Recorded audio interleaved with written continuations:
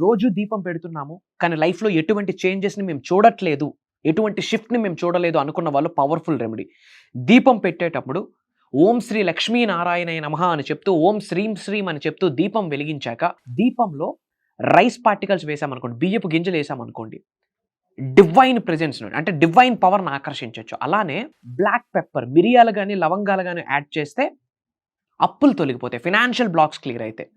పసుపు యాడ్ చేసామనుకోండి, లక్ష్మీదేవిని మనం ప్లీజ్ చేస్తున్నట్టు.